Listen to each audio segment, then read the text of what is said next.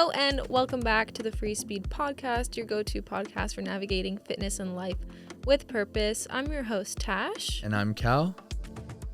And today we have another guest episode for you. Ever since we met Lockie Welch when we moved to Australia, we knew we just had to get him on the podcast. So today we're going to be sitting down with Lockie Welch. You might recognize Lockie from his viral motivational sunset videos where he kind of just goes into these crazy motivational tangents that just make you feel like a fucking good human. And yeah, we're sitting down with Lockie today. He is a mental health speaker, an advocate, podcaster, triathlete, and more recent founder of Big Love Clothing Co. Want to show yours? Yeah. But most of all, just a good fucking human being. So, welcome, Lockie. Yeah, welcome, Lockie. So, a little background about Lockie. From the age of 15, Lockie mixed in with the wrong crowd and got involved with drugs. And he's been on a couple other podcasts really diving into this. But we really want to talk about what you haven't talked about in other podcasts today. And from that early on and going down 6 to 7 years of those dark years, at the age of 19, he had tried almost every drug you could think of, and that was his whole reality. And from moving across the world to Canada at 20 and realizing how severe his addiction was, overdosing on MDMA and cocaine frequently, he ended up pulling himself out of that hole he had thought he is trapped in. And so we really want to just kind of debrief from those dark days all the way to where you are today. And really just welcome to the Free Speed Podcast, Lockie. It's awesome to have you here. Thank you, bro. Man, I'm tearing up over here. Oh, don't cry. That's yeah, man, it's wild to see, I guess. You know, hearing that, just like a quick realization of how far I've actually really come. Because I don't really sit here and I guess allow myself to recognize the journey that I have been on, because I'm so caught up in the now, and I'm so, you know, I guess my life is moving in a direction that it's so fast paced, and I really do struggle to sit and appreciate the journey that I've been on and the person who I used to be. So thank you. Yeah, I've never started started crying, man. What's awesome is when Tash and I moved to Australia, it was really hard to start to meet people that we were instantly kind of connecting with and figuring out like who we were just trying to make friends and figure out where we were going to fit in. And for anyone listening, it can come down to the most lucky times, and Lockie's been a huge impact on both Tash and I's lives since we moved here way back in October.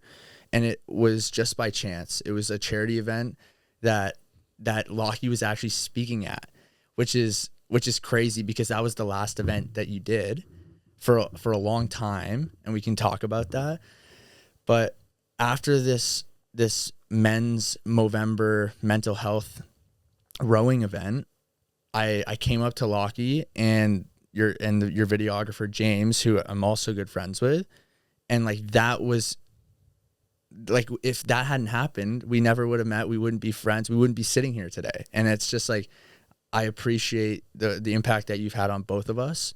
And it's crazy how just like, if you're listening to this, it takes those small moments. Do you have any examples of moments like that in your life where you're like, man, if it weren't for that moment, then I would never have this. Like, do you find that happens to you all the time? Yeah, man. I think, you know, and going back to what you said at the beginning, you know, I remember our first interaction to the minute.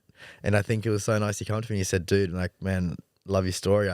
We need to start training together, because you would have started coming into triathlon and you wanted to dabble into that. And, you know, on the Gold Coast, it can be quite hard to, you know, lean into a group of friends who you don't even know or even find your feet.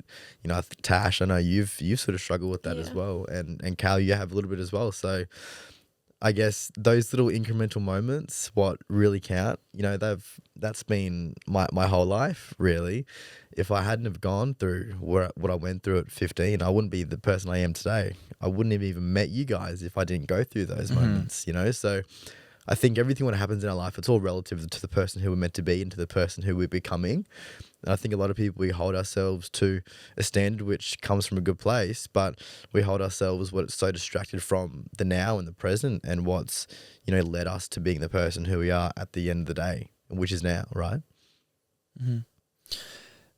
I wanna rewind. I wanna rewind to the early days, and like you mentioned 15, but there was a lot of formative years before you turned 15. So tell us a bit about just your childhood and kind of the path that you were on as a young child.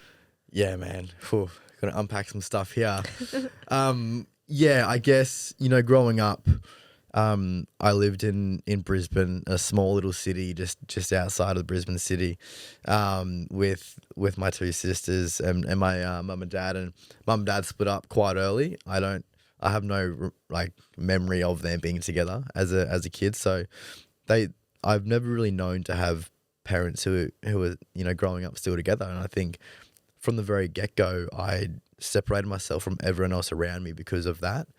What age was that exactly? Well, they split up before I was even born. Oh, really? Wow. Yeah. Wow. So I never even, my first birthday, they probably weren't even together, So, and then when I started going to prep, early childhood, early schooling years, back then it was, normal for, parents to still be together. And that was the way it was. And I didn't have my peers, they didn't have separated parents. And I think subconsciously I separated myself from everyone else because I thought I was different. And by that I developed a super low self-esteem from my first day of prep. And that led me to acting out in class, acting out in school, becoming the class clown and trying to, I guess, seek validation and seek, I guess, a sense of worthiness by the actions of myself. I were, self-sabotaging myself in my academics and in my behaviors. And yeah, growing up, my schooling years were never linear. I think I was being expelled from almost every other school, and I was always in the office every single day, suspensions. I was a horrible kid. I used to bully kids. I was the bully. I got bullied myself. Yeah, a very different person to who I am now. By going back to your moments piece at the beginning, if I didn't go through that, then I wouldn't. Right. I wouldn't be able to sit here and reflect on the person and the little kid I used to be. But growing up and continuing that, it was like a snowball effect of I'm different from everyone else. I have to act out different to be seen. I always wanted to do the next big thing in school or class or go and punch that kid. See how that happens. Being expelled though seems like a very extreme level of punishment, and just from knowing you for the last year, it seems like a lot of kids, when they were getting punished, they would back down and instantly be like, I'll apologize, I'll do whatever it takes, like I promise I won't do it again type of thing. It seems like you would approach those differently. It was a challenge for me, Every time I would get expelled or suspended, I was expelled from my private school in 8th grade. And I saw that as a challenge to, who can I be on the other side of this? I think for a moment there I was a bit down and out, but I think a little bit inside of me was sort of proud because by the actions I took to get expelled, they made me feel seen and they made me feel validated because everyone else around me laughed at the thing what I did. You know what I mean? So that lit me up inside. So I was, and that set in a belief in me that I have to continue, acting out and being that kid different from the rest to be able to fit in as a society and in the community. Mm-hmm. Yeah. Well, when did all the drugs even start? Was that something that you came across like in high school? Was it because people around you were doing it, or was it something that you kind of spearheaded? So my journey with drugs started at 15, and now that I've sat with it over the past little while, it was a subconscious way of dealing with grief. So at 15, I had a close buddy. He unfortunately died by suicide, and that was the beginning of my snowball downhill. That situation and that that act really, it's something that I never could experience Mm-hmm. or even think to experience. You know, I had seen him the day before at school, and I said, "Oh, I'll see you tomorrow, brother. I love you, man." Gave him a hug and his same charmful smile. And the next day, I got told that he was, you know, found in his garage by his brother. So, And do you know what was going on with that? Never found out. You have no man, idea. He was the most, you know, happy. He was always had a smile on his face. Always the guy, you know, motivating other people. He was super into his sport, super into his, you know, just being a good bloke. You know, he was super loved by everyone. And it took the whole cohort by surprise, and by that I didn't recognize it at the time, but subconsciously to deal with that, I'd lent in with the wrong crowd. It was definitely a reflection of the lack of self-worth that I felt, because growing up I didn't have my parents together, you know, so I always would act out and, you know, seek the validation. So what I do, I follow the cool kids. I follow the kids who are walking out at school at, you know, 10 a.m. during class to go smoke cigarettes, so I could go smoke cigarettes with them. I'd have a puff of the joint on a Friday afternoon, and it just snowballed. So that started at 15, and I think I had my first bong, my first bong at 15 as well. And I mean, it's just a gateway, really. And then the weed turned into MD, and then I sort of sat on the MD for about a year and a half. I would do it every single weekend. I was working at an Italian restaurant during the week, and on the weekend I was frying myself with my pay. So, But this went from doing it with your mates, just on the schoolyard, to now doing it solo. yeah, I And would do it solo. and I feel like, was there a moment? I feel like it's always like that one moment where you go from escalating something that you completely almost you lose the relationship that you have with the drug, that can be maybe a healthy relationship, to a toxic relationship. Does that make sense in a weird way? I developed Do a you relationship remember with it. Yeah, I developed a relationship with MDMA purely to escape. I didn't think about the external things, because every time I was high, I was with all my buddies, and we were in a safe space. We would just throw these huge parties every single weekend, and that just snowballed and snowballed and snowballed. Then at 17, I had my first line of cocaine, and well, that was the beginning of something I never thought I would ever be in again. But it was just that, I think, developing the addiction for drugs at such a young age, it developed a lot of curiosity as well. Curiosity in the sense that, oh, I want to try that drug next. I want to do this. How does this feel? So that led me to a whole pathway of, you know, experimenting with any drug I could think of. I would seek out synthetic MDMA, which is, you know, synthetically made, not even from however it's made in someone's garage. You know, so, and I, you know, source out acid, and, you know, I definitely had, you know, got on the ice a couple times, and, you know, that I just experimented, really. But I think at the deeper level, I was running away from who I am. I was abandoning the little boy inside of me, you know. I'm just thinking, for anyone listening, because Ollie and I are good, Lockie, excuse me, Lockie and I are good friends. That's terrible. But he had told me that he had done crack before, and I think, like, it's so wild to me, because it's such an extreme level, and if there's anyone that I know from my upbringing that was involved in like the drugs, or any sort of crowd similar to that, I am so proud of you, man. I am so proud of how you are here today, and just like the story that you get to tell, because it's so rare. It is so rare that people get out of that world. And I think now that you are someone who's gotten out of it, you've also been surrounded by people who have gotten out of it, but it's a small percent. It's a very small percent. It is, man. And one thing I've found is people with addictions, and who have gone through addictions, it's almost like we're all tangled from the same childhood trauma. We're all tangled from the lack of self-worth that we felt. So we acted out, and we wreaked and seeked validation. and reassurance by doing XYZ. At 19, that's when I put a crack pipe in my mouth and I was, sparking up on my 19th birthday, man. Like, what? And, so that was probably the tip of the iceberg. Like I was full blown at that point. I would, do coke at any chance I could get. I developed relationships with dealers on the Gold Coast where I would just do jobs for them and, do favors so I could get free coke.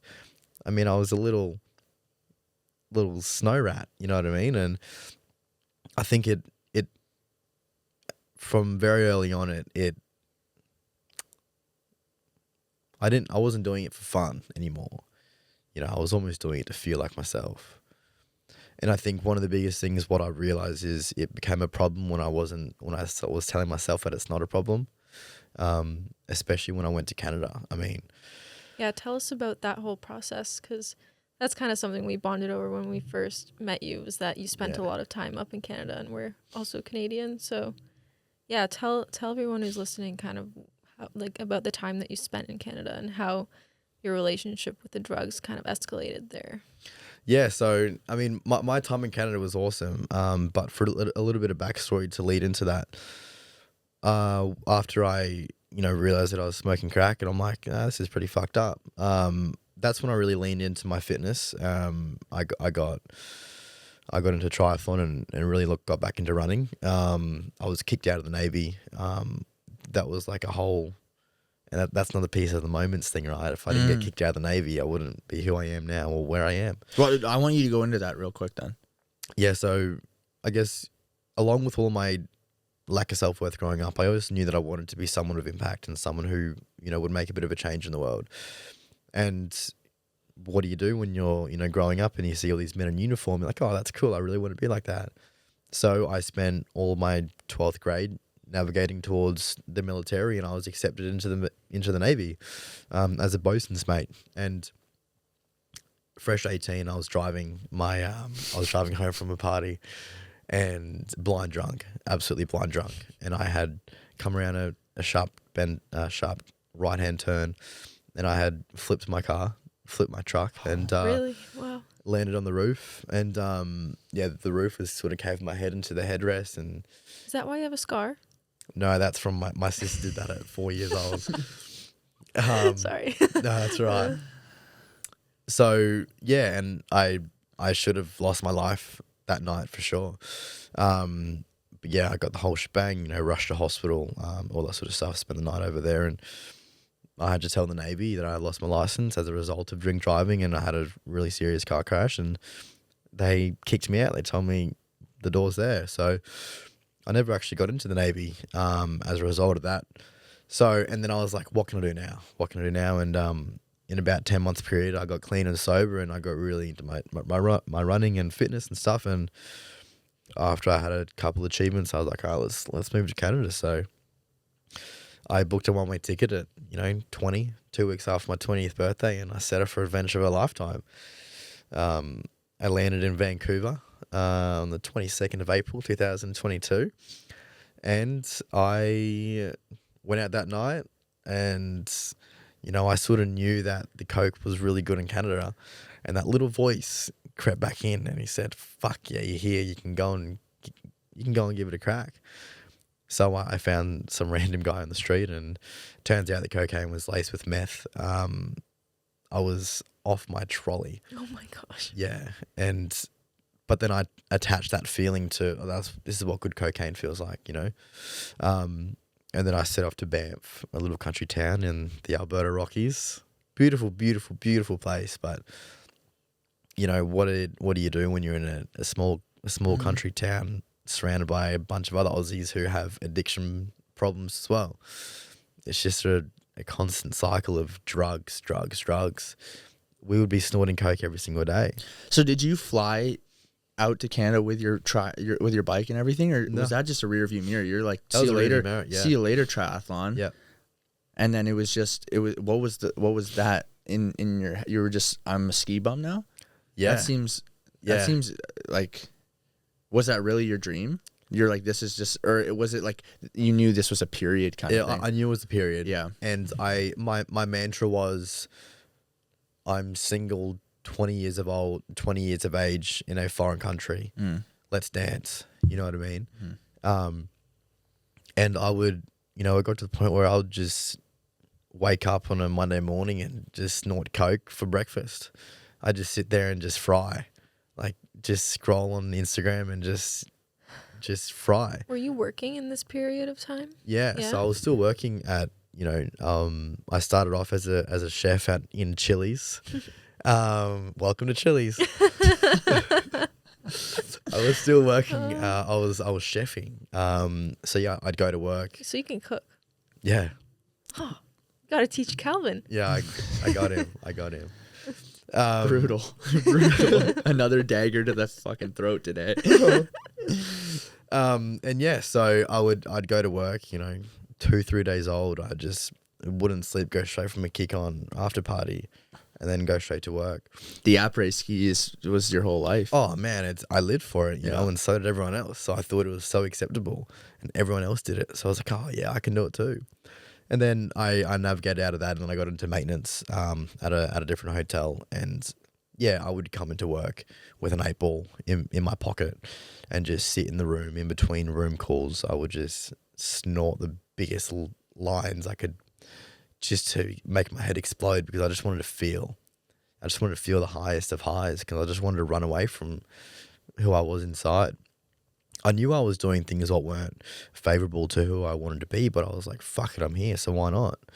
And I'd get so much pressure from everyone else to join in, and it almost became a challenge, like it was back growing up, to be the biggest clown, to be the biggest fool. Who can snore the biggest line? Lockie Welch can.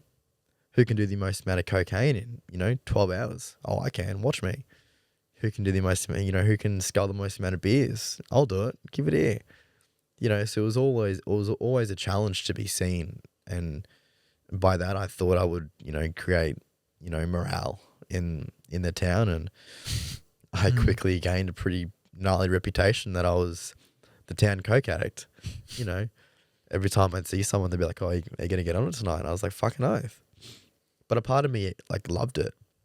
A part of me loved the feeling and loved the escaping of my reality, which is so wild because of polarity now where I'm so content and I'm so grounded in my own reality. It's like, why would I want to run away? At what point, what went wrong for me to really want to just escape the life that I was living? And I was obviously put on the planet for a reason. So, why? My parents are loving. I have an incredible family, surrounded by incredible people. So why do I have to run away from the boy inside? It's just growing up, I just didn't think I was worth it. I was, getting bullied as well. And I hated myself really. I didn't want to be alive. And it got to a point where the cocaine abuse was just, it was survival. If I wasn't going to tie the rope up, I was going to do more coke. And I knew I didn't want to die. I just wanted to kill a part of me. And that was the killer part of me who I didn't align with. And that was the inner boy and the inner me. And then when I moved down to Calgary, it's like another big little city it's the biggest city in Alberta. Big little. Yeah, big little. It's quite big actually. And, with the lifestyle that I was in and the people I was involved with, I was getting involved with gangs and, there would be people I'd go inside of a trap house and they just pull out just pillowcases of coke, just scoop it up with like just huge amounts. And, there'd be guns on the table and, people I was offered, I was almost going to be a mule. I was offered large sums of money to go and run drugs up and down the highway. And, we're not talking, a couple of grams here and there, like moving a lot of stuff, kilos of it. I'd be in jail for the rest of my life, and that's just of who I was with. I'd be sitting on a couch and there'd be people smoking a pipe next to me and, just horrible stuff. And there was one night, I'll remember it for the rest of my life. I was at my dealer's house, who happened to be the biggest of the whole county. That's how they call it over in North America. So he was the biggest name in the whole state for moving coke, and I knew I was in a pretty gnarly and sketchy place, but I was just surrounded by all these people with cheap coke. So I'm like, fuck yeah, if I can get a gram of coke for $40 and it's really good, I'm going to do anything I can to do it, so, and it got to about 2 a.m. It's about minus 35 outside, and we get a knock on the door, and it was a knock what wasn't a welcoming knock. We knew it was all the police, and we just see shadows going around the house, and I've got probably about a quarter ounce of coke in my pants, and I'm just completely off my head, and someone opens the door, and the police try and come in to search the house and look for the owner, but he wasn't there, and they didn't get in somehow. They must have had a warrant or something. But I booted out the back door, and I just opened the back door, and it's about a foot of snow, and I see about 12 cops along the back fence with guns across their chest, and they always put their torch on me and was like, show me your ID, and like my heart was in my throat. I was like, I'm done. You thought it was over. I'm over. I'm done. I'm on the other side of the world. I'm, not even 21. I'm getting caught up in this. Like that's not the life I want to live. And then I got out of that situation. I'm not a known person there, so they told me just to get out of there. So I got my way home, and I was so rattled, and I just dumped all this coke on the plate. I'm like, fucking yeah. I just survived that, and I was just smacking back so much coke. And it got to a point where I could feel my body started to shut down, and I got on the living room floor, and I started convulsing. I was just shaking uncontrollably. My hot and cold sweats. I was just like I got out of a sauna. My body was just like aching, and I could feel my body was starting to tense and just like cripple up. And it was like this, like I'm dying. Like I'm about to die here, And that was just the withdrawal. No, that was just that was overdosing. On cocaine. Oh. Yeah, that's overdosing. That was that was the overdosing. Yeah. So that was me overdosing. Oh, wow. I'm just like I'm. And you're alone. I had my housemate there, but he was in the same state. Essentially, he wasn't overdosing, but he was off his trolley as well, and he was no help. He was doing push-ups in the corner. I'm not even kidding. Yeah, he was doing push-ups, and he was bringing me bottles of water. He was like, drink this, and it's shaking because he can't control his hands, and just shit everywhere. It's just a drug den at this point, and yeah, it was like this mental, I'm dying. Boom. I don't want to die. I don't want to die. And it's like I felt, it's weird. I don't think anyone else is going to be able to explain it, but it's like, it was like this weird, it was like I was pushing death away from me mentally and almost physically. I felt this wave come over me, and it was just like my body was shutting down. My eyes were starting to shut down, and everything was like closing in like a tunnel. And I just fought. And somehow miraculously I come out of it, and it got to a point like a few hours later, I was scared to go to sleep. I was like, I'm not going to wake up. I hadn't slept by 3.5 days at this point, so I was ready for a sleep, but I didn't want to because I didn't think I was going to wake up. And I think in that moment, that was another moment of me being like, oh, I actually don't want to die. What are you running from? And it's just the reality that I was living, knowing that I was a full-blown coke addict. You know what I mean? And the next few days, I sort of sat with myself, and we lived 4 stories up on a balcony, and I was just kept looking out. And the next few days, I was like, oh, that balcony looks pretty good. Like just coming down and having withdrawals, noticing the life I was living, I was like, it's just better to end it all. So there was definitely times, either side of my overdoses where, I was willing to really take my life. But, at the core of myself, I didn't really want to die. I just wanted to kill a part of me. Mm-hmm. And that was the cocaine. What sort of people, did you have no one in your life to look to? Was it it was like everyone in your life was still a part of that world. And so like that was the only other option. A part of me was very avoidant back then. You know, I'd have all my friends calling in from Australia, and they knew I liked a bit of a party, but not a lot of them knew to the extent of where I was at. There was one morning, it was for like 8 a.m. You know, still haven't slept for a day or two, and I called FaceTime one of my best mates, and without even saying hello, he just opened the call and he goes, "What the fuck? You look like shit." And he just ripped me a new one. Just absolutely tore me apart. Like, what the fuck are you doing, Lockie? You've moved overseas to go and chase a life of adventure, and you're coked out of your head 24/7.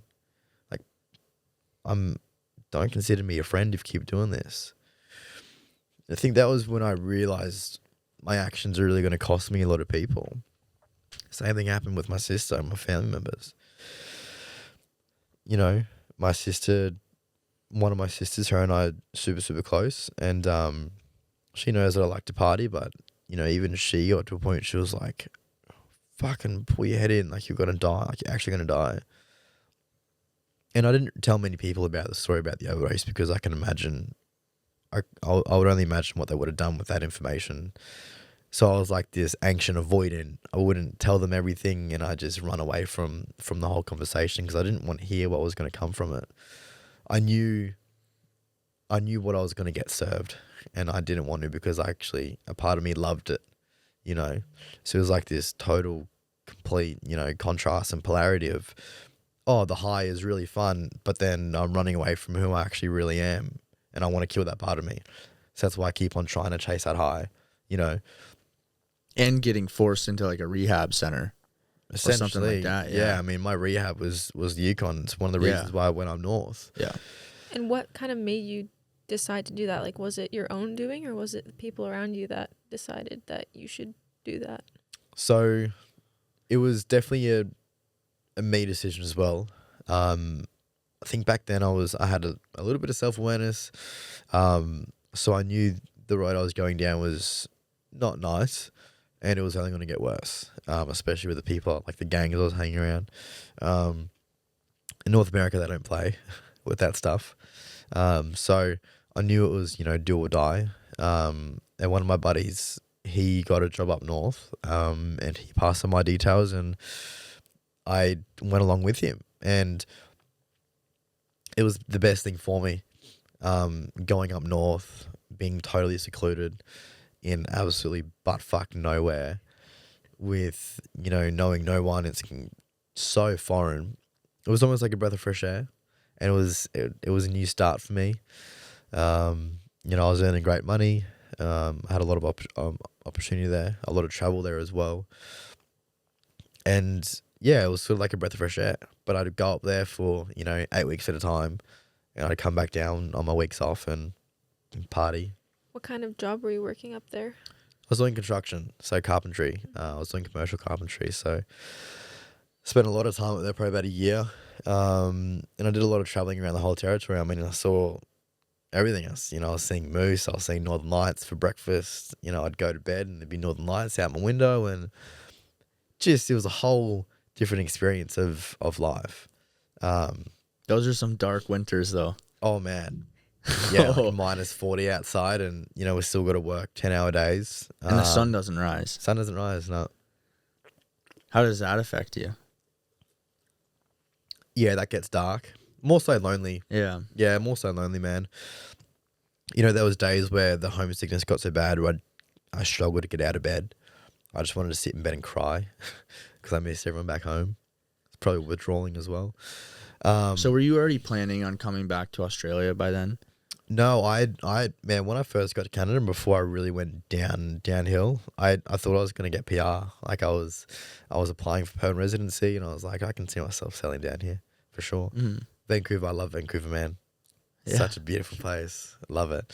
But yeah, I spent a year in the Yukon. I've been in Canada for like a year and a half at this point. And I said, oh, well, let's go and, you know, I've just worked my ass off for 12 months. Let's go and experience what this country really has to offer. And I was like, oh, let's go live in Whistler. So I moved down to Whistler, got a job at the Fairmont doing maintenance, which is awesome. But same thing as Banff, man. The partying and the coke, and I was falling into old habits. So one morning it's probably like 10 a.m. the next morning. I'm still partying, got a plate of coke in front of me, and I just sort of looked at myself in the mirror. I'm like, what are you doing? Like, fucking pull your head in, cunt.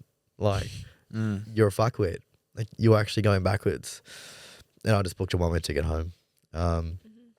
So yeah, that was the needle in the coffin, to come home, for sure. What I find so interesting is when you're in these environments and you're surrounded by people who can only enable you to do those things. Like, do you think there's any world where you could live in those places and not be surrounded by that? Like, is there literally no way for you to, like, are there some places that the only way to escape is to leave? Or do you think you were just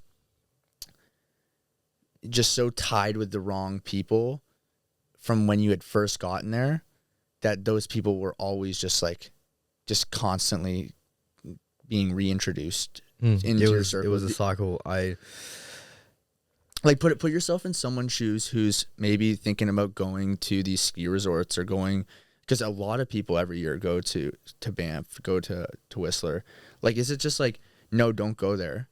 Or like, is there any hope of like a good community of people? And that's what I like, because I have no idea what it's like, but I know tons of people who have gone out there.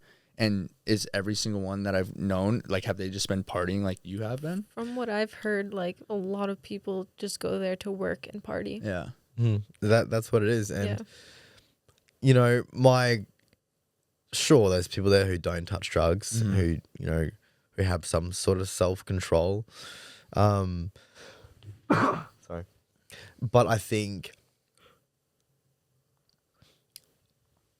back then my willpower was very, very weak, and I just couldn't say no because a part of me loved the party as well. Like, I loved it. Like, nothing would fire me up more than the thought of getting on the bag, the thought of getting drunk, the thought of, walking past the liquor store, getting a 4-pack of White Claws and sinking them on the side of the road, and then going home and doing a huge line of coke. Like, that really excited me back then, And so I think it comes down to, I guess, who you are as an individual, whether you have, an addictive personality, or unless you just attract that level of people because that's who you are inside. There's definitely is hope for people. And I think now, I was talking about this the other day, but I've recently had a calling to go back to, those sort of places, I feel like there's like unfinished business, but there's in the way of adventure. Not in the way of leaning back into that. I would never lean back into that lifestyle. No way. It's just not a part of me anymore. But, as a sense of redemption almost, to really, I think I really struggled knowing that I didn't make the most of the opportunity. You only get one shot at a visa, and I fucked it up because I was so high. So I think there's a part of me who wants a bit of redemption, just to go and experience what it really has to offer. And so I think if you get to that conclusion, then I think, yeah, there's definitely hope you can do anything. That you don't have to, don't get sucked back into that lifestyle. But, as the famous saying goes, show me your 5 friends and I'll show you your future. It's all about the company you keep. And that's what you've done since then. Yeah, I've cut all those people out, man. I had to. When I got home from Canada, that was because I hadn't seen my mates for a year and a half, and they all do the same sort of stuff. There was definitely a few months when I got home where I was just like catching up with them. Oh, here's more coke, So, but since then I've cut all of them out. I'm gonna say, yeah. Wow. What's the relationship with your family from this whole journey? Like, you've gone from getting expelled in 8th grade to completely fucking your life for lack of a better word. Yeah. And you come back to Australia, man, like I can't even imagine how that would make me feel as a parent. But obviously you've come out the other side and you have a great relationship, and the way you talk about your parents. So how can you talk about just like your relationship with your family? Yeah. From through this process, and how they've kind of been there and maybe not been there? Yeah, so I think growing up, I think what led to a lot of, I guess, unworthiness as an individual was I was under the spell that love was conditional, in the sense that that's how I felt with my dad. My dad wasn't there the whole duration of my upbringing. And with now my dad, him and I are best mates. I love that bloke more than anything in this world. Him and I are really, really close. And I've spoken to him about this. We've had some really good conversations about this. But I think growing up, him as a child, my grandfather didn't give him the love that he deserved as well. So how can he give what he doesn't have? And when I was growing up, he didn't know how to show me the love that I deserved as a kid, or, as a very small boy. He just didn't have that capacity. But I always sort of walked along with resentment because of that. I thought I was doing something wrong, or I had to perform to earn his love, whether it be through sporting or schooling, or that didn't fucking go well, but always through sporting achievements. I thought that was the only way I could receive his love, and I craved that. I think that's why I went into sports at such a young age. But growing up, and even to answer your question, my sister was the only one who really knew the depth of what I was at, and she kept tabs on me. And where was the other one? The other one, we aren't as close as my eldest one. We would call occasionally, every couple months, but I just don't have a relationship with her to tell her what I'm truly going through.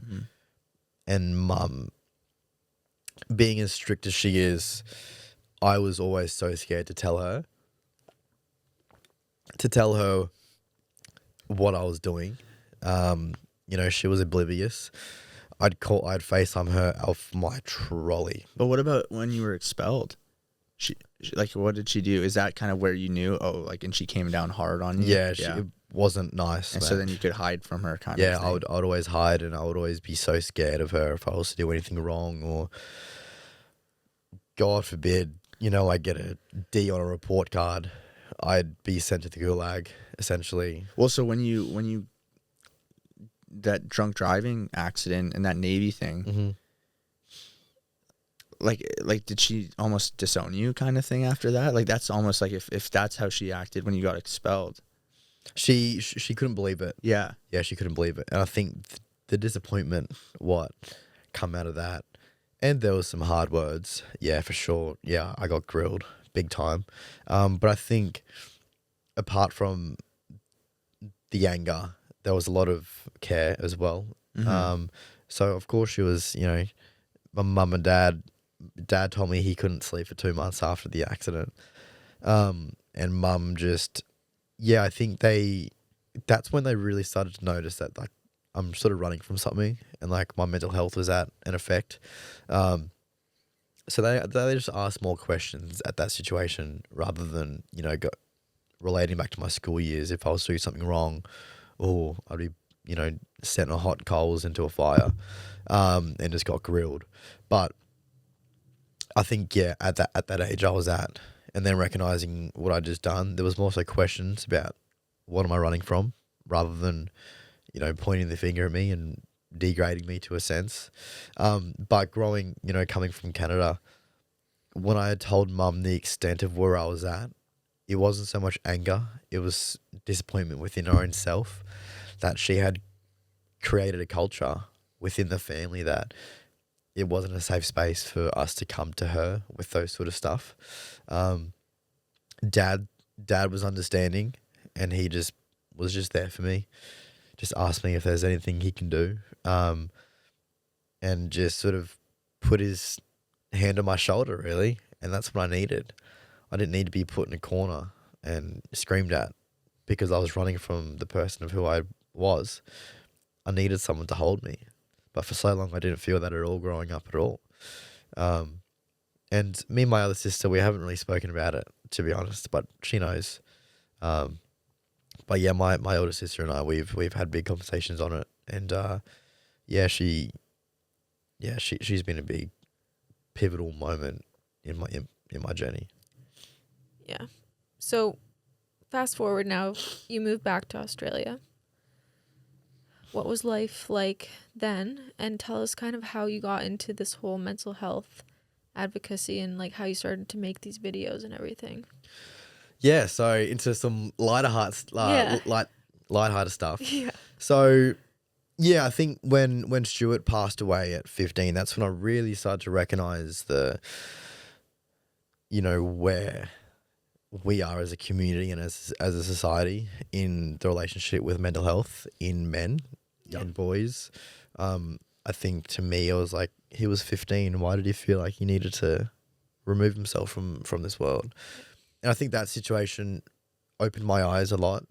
And since then, I've advocated a little bit, not to the extent of what I am now, but again, I was navigating my own mental health stuff, so I couldn't be the voice back then. But I've always had something to say about mental health, and I've always had something to say in friend groups, and putting my foot forward and opening up and speaking up when something's not right. I can be pretty hard on that sometimes. If I don't like something, I'm going to talk about it and I'm going to voice my opinion. And when I went through my adversity with addiction, that came with a lot of mental health stuff as well. And even when I come home from Canada, probably about it, I've been home for about 2 years now, just under 2 years. And about a year and a half ago was the day I almost took my life too. I was coming off the back end of a bender, and I was driving through, I feel like it was Mount Tambourine area, and it was probably like 7 o'clock in the morning, and I was just, the same voice in my head, I just want to kill myself. I just don't want to be here. I just want to kill that part of me. Why am I still doing this? And so I'd almost pulled myself into a set of trees, doing about 80 k's an hour. So, and that was another big moment of like, oh, I've really got to do something about this now. Like, I'm so far from that person. Like, come on, Lockie, like, sort it out. So from that moment, I got a lot of help, and I navigated that to a point where I feel like I could speak about mental health. It's probably about 10 months ago now, about 6 months after my suicide attempt. I parked up a tripod and a camera, and I just spoken to the camera, and that video actually went viral straight off the bat. And that was posted on Instagram or TikTok. Yeah. So it's me walking down the beach at Palm Beach, and I'm saying, you're doing all right. It's all good. Like, you're doing the best you can. Like, it was just like a real friendly, warm video, and it popped off, and I think I recognized that, and I was like, that's a sign. Like, that's a sign. Like, that's me. Like, this is possible. And I think I tied it back to growing up as a little boy, and I always thought that I wanted to make an impact in the world, and for so long I held myself back from making videos because I thought, oh, what's that person from grade 8 going to think of me? You know what I mean? I held myself back because I was so scared of what everyone's going to think. I just cut the rope to that anchor, and I said, fuck it. And about 10 months ago, I've pretty much been posting every day since. Cut the rope to the anchor. I love that. I've never heard that, but I love that saying. Remember that if you're listening to this. Cut the rope to your anchors. Yeah, man. That's been something when I thought of that, I was like, cut the rope. Yeah. Because I think a lot of us, it's like at the base of the just anchor. weighing us down. Yeah, it is. At the base of the anchor, we have so much guilt, shame, judgment, fear. If you cut that, sometimes holding on hurts more than letting go. Just let go. Let yourself fly in the wind. And I think it was like a personal moment of like, just see where it goes. And consistency just took it up. I had a couple of viral videos here and there, but in between the viral videos, I was building my library. Every day I'd post a new video, I'd only get 100 views. Boom, boom, boom, boom. But just my intention with it has always been to make impact and to put a light in a world where, you know, someone might need to hear what I have to say, because what I've spoke about has come from a place of lived experience, and it's come from a place of my own darkness, and it's come from a depth of what I've navigated through. It's come from the multiple rock bottoms that I've hit. So I think I can talk about some of the stuff I talk about because I've lived it. And I think that's been a big pivotal journey. And it's showed me my purpose. I wouldn't be the man I am today if I didn't go through that. Fuck, I'm grateful for it. Like, I don't regret anything I've ever done or I've ever smoked or snorted. It all has merit, and it's all relative to who I am right now. Wow, that's deep. It's crazy because when I first met you, you were still figuring yourself out, and you're still figuring yourself out, I think. But you've seen so much growth, and from growth, you recognize the amount of impact you can make. And I think a lot of the chats that we have, it's just like, it's such a breath of fresh air to hear all the people that you get to interact with nowadays. And so I'm just curious. I think Tash is also very curious about, like, what types of people are reaching out to you, and what are you seeing most people struggling with nowadays? A lot of people lack the feeling of being seen. That's been one thing that I've really recognized. You know, because we live in such a fast-paced society, no one feels seen. No one feels like we're being held, because we're always chasing for the next thing, or, you know, we're always dwelling on that thing, what's happened in our lifetime to lead us to a place of adversity. People just want to be felt seen and heard. And I think I've shared a little bit of my story online, and people relate to it. A lot of people relate to feeling not like that they weren't good enough. A lot of people relate to having no sense of self-worth. I think a lot of people, we crave the connection with others who have sort of walked the shoes of what we have. I think that's why some of my friend groups, we've all walked the same similar journey, and we've all come out on the other side, and that's where a lot of the camaraderie is and the love and support is, because we know how easy it is to fall back into that place. The past year and a half, I've had slip-ups. 100% I have. I've dabbled back in, I've snorted coke since then. It's just a chink in the armor, you know? But I've realized, you know, I'm not a perfect human at all.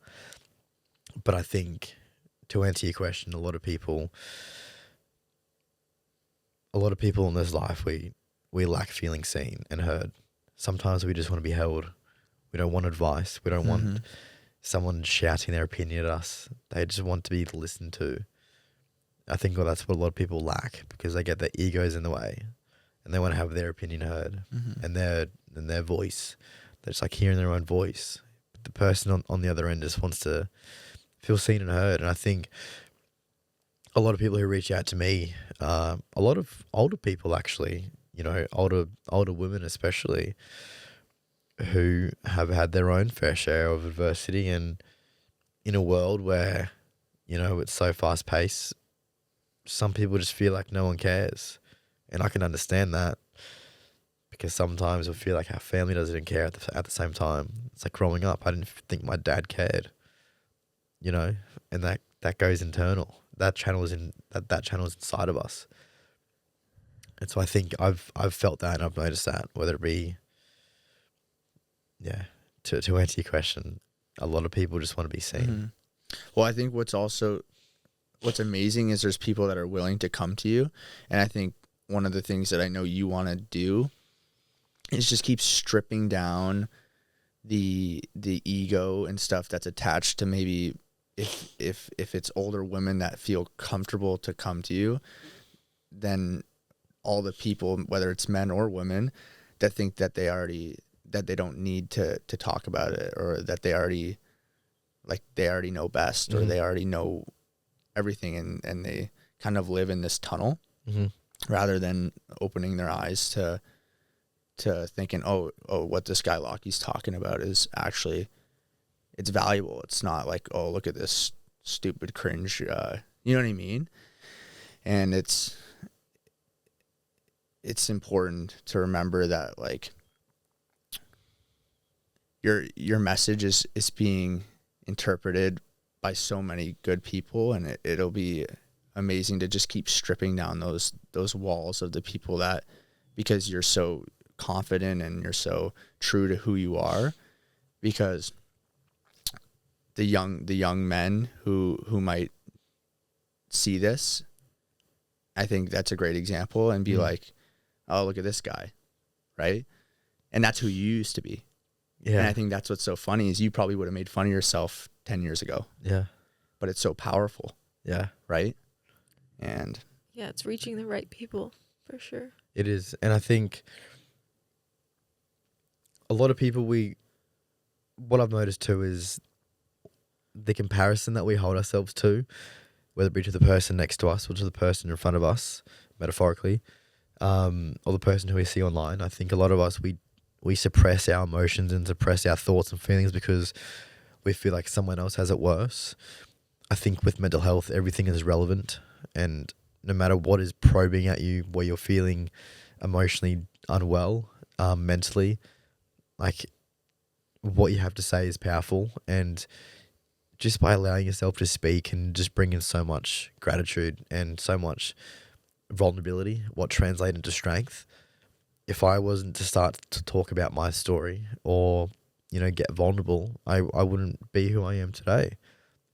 I think the vulnerability is the gateway to growth.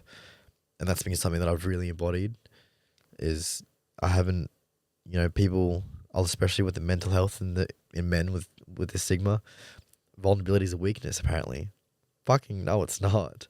It's probably one of the most strongest things you can ever do as a human is to drop that wall of strength to be able to see who you really are. And I think that's one thing that I've really learned. It's just how much connection can come with vulnerability. And the person who you'll be on the other side of talking about the shit you're going through is a person you would never even thought you could even comprehend who you used to be. So I think with people comparing yourselves to the person next to you, I think we should all just compare ourselves to the person we used to be. I think that's something, I opened up the episode crying because you painted a perspective of me, what I don't compare myself to enough. So I think if you want to compare yourself, compare yourself to the person who you once were, and you'll find who you really are. Crazy. In terms of sport and triathlon now, do you want to touch on any of the opportunities that you kind of have in the triathlon world now? Yes. So since I've been, clean and I've got my life on track and I've really honed in on my fitness and love for triathlon, the past, 10 months, I've gotten to a point where I've qualified for the Australian team to race at Worlds in October this year. So that's so impressive, and I hope you're proud of yourself. Yeah, I am. And it's insane to know, like, I haven't digested it fully yet, but the triathlon and the fitness, I mean, that's changed my life. Before triathlon, I was boxing competitively, so I've always had that sort of competitive nature about me, and to be able to channel it in a way that's super healthy to me and my growth and my journey. To be able to, I think, I always, whenever I'm running, I picture me coming down the blue carpet at Worlds. And I'm going to be a mess, 100% going to be a mess. I think to me that's going to be a symbol of how far I've come. I've sat with it, even mid-run, even with myself, reflecting. And I remember that night I was over racing clear as day.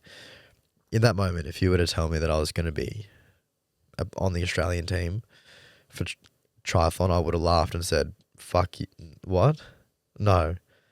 So I think, and it's just a symbol of me, and it's a reflection of the self-respect that I've embodied, that I've been disciplined enough to get to a point where I can stand on that stage at the caliber of a world stage. And I think knowing that I'll be wearing the green and gold with everyone else behind me, that's going to be a huge moment. And I just can't wait. So, yeah, the opportunities of a sport have been incredible since I've got myself back to a place of who I'm proud to be. But job's not done yet. Job ain't finished. So I've Work, still work got When's that still race? needs to be done. October, Where? Wollongong. Wollongong, near Sydney, kind Yeah, of. just up from Sydney. So, yeah, that's going to be an emotional week. And then I fly to Bali next week, and then I go and be a monk. And we're gonna meet you there. Yes, we're all gonna we're all gonna have And a We're all I'm gonna gonna be monks together. Yeah. And then I'm gonna be a monk, and that's the next podcast. Yeah. Yeah. Anyways, leading on to that, what's next?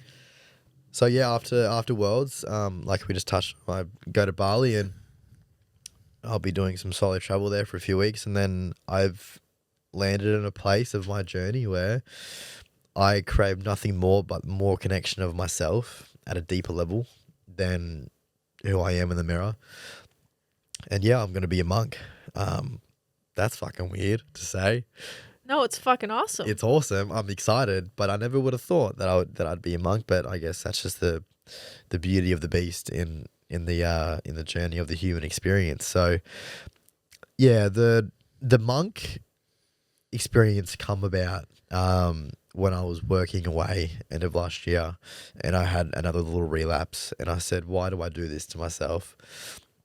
So I sort of just pitched an idea to myself of what methodologies in human culture are pretty mindful, and I come up with Buddhism and monks.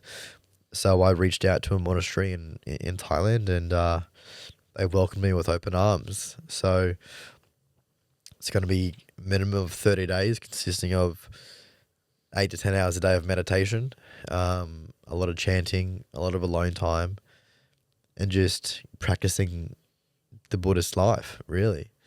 So there'll be no mustache, no hair, no eyebrows. The whole lot goes. I'm so That'll be excited for insane. you. Yeah, I'm really looking forward to that one. Yeah. I hope your parents are also proud of like how far you've come too. Yeah, I'm sure I'll get them on a podcast one day. But yeah, they always tell me quite often how proud they am. When I hear it from Dad, it really strings a chord in me. Yeah, he's like someone who I really look up to now, and just the relationship that him and I have formulated since, the conversations we've had, how I felt growing up. Yeah, he's one of my best mates, and whenever he tells me he's super proud of me, it's like, I've done it. Yeah. It's like healing. That's all The that inner boy. matters. Yeah. Yeah, and yeah, Mum, she's proud of me. She tells me a lot. So from the person who I used to be to the person I am now, it's it's something I'm pretty proud of. Yeah. In terms of the way you see sport and your triathlon life and competing, and then also kind of very separate, your mental health and making an impact on people with social media and stuff, like how do you foresee like the next couple years and how those kind of keep on living, if you want to kind of start blending them, or if there's other things that you're passionate about? Yeah, so I think triathlon will always be a part of me. Whether or not I go to a stage of being able to compete at the elite level, I'm not too sure. But I think I'll always be involved in sport, triathlon, running, whatever it may be. But I think in terms of mental health thing, that's my calling, and this is a journey that I'm meant to be on. So my intention is, after I come out of the monastery, I really want to take my teachings out into the world and start to facilitate some events, some talks, get back into the public speaking and really run the ball up. I want to sell out arenas. I want to change the world. I really want to leave a footprint that people allow themselves to look in the mirror and be proud of who looks back at them, and allows themselves to recognize that we are just doing our fucking best. No matter what outside noise is going on, that the person who you are right now is the only person who you have to be. And the person who you have to be is the person who you're going to be leading up into, the person at the end of the day, at the end of the journey.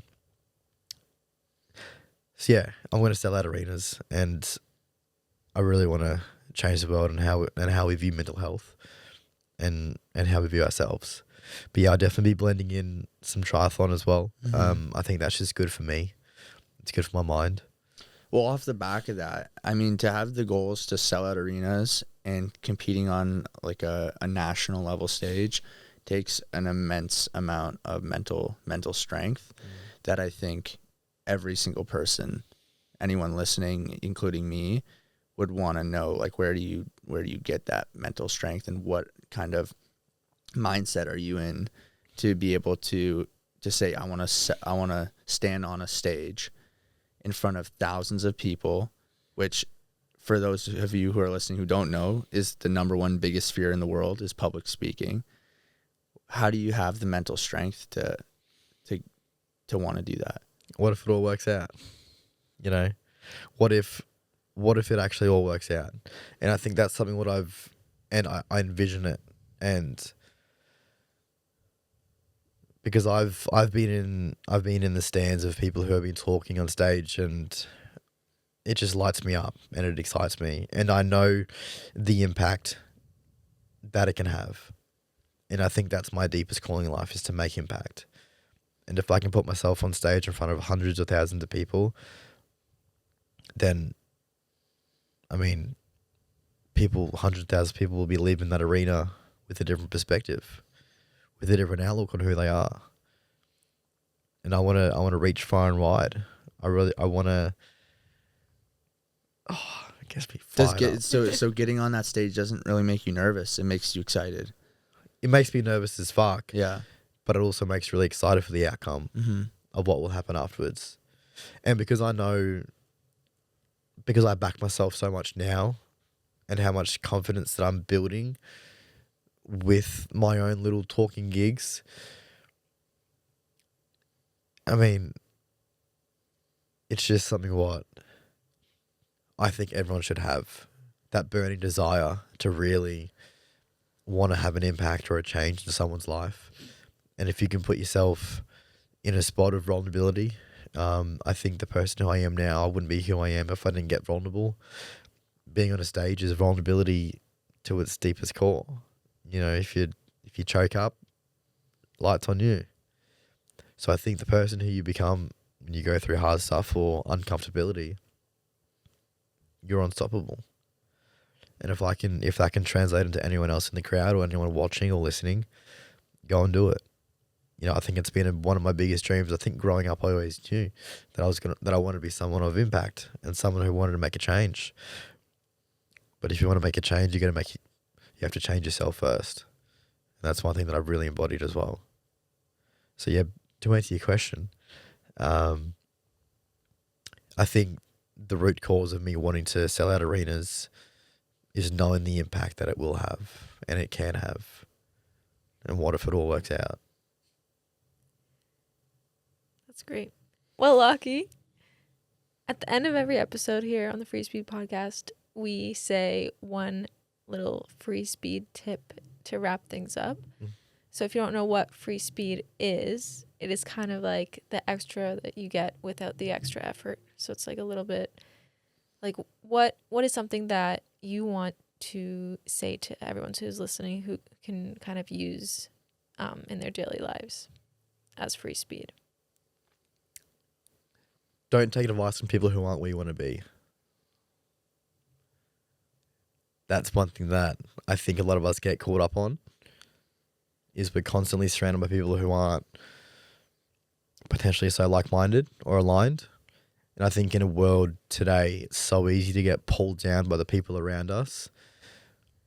So if you want to ask someone a bit of advice, don't take it from someone who isn't in that position already.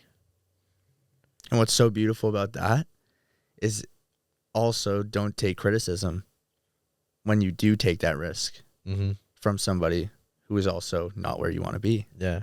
You know, it's so beautiful, that double-sided coin. Yeah. I love that. Someone who's where you are is not going to beat you down for trying to get to where they are too. You know, I think the encouragement you get from people in the places where you are, it's tenfold. But the people, what's that quote? It's, you know, people who drag you down is just a reflection of where they didn't get to, or something like that.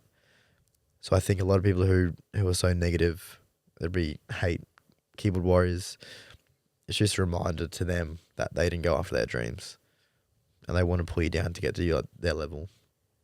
But the double-sided coin, people will always pull you up. Yeah.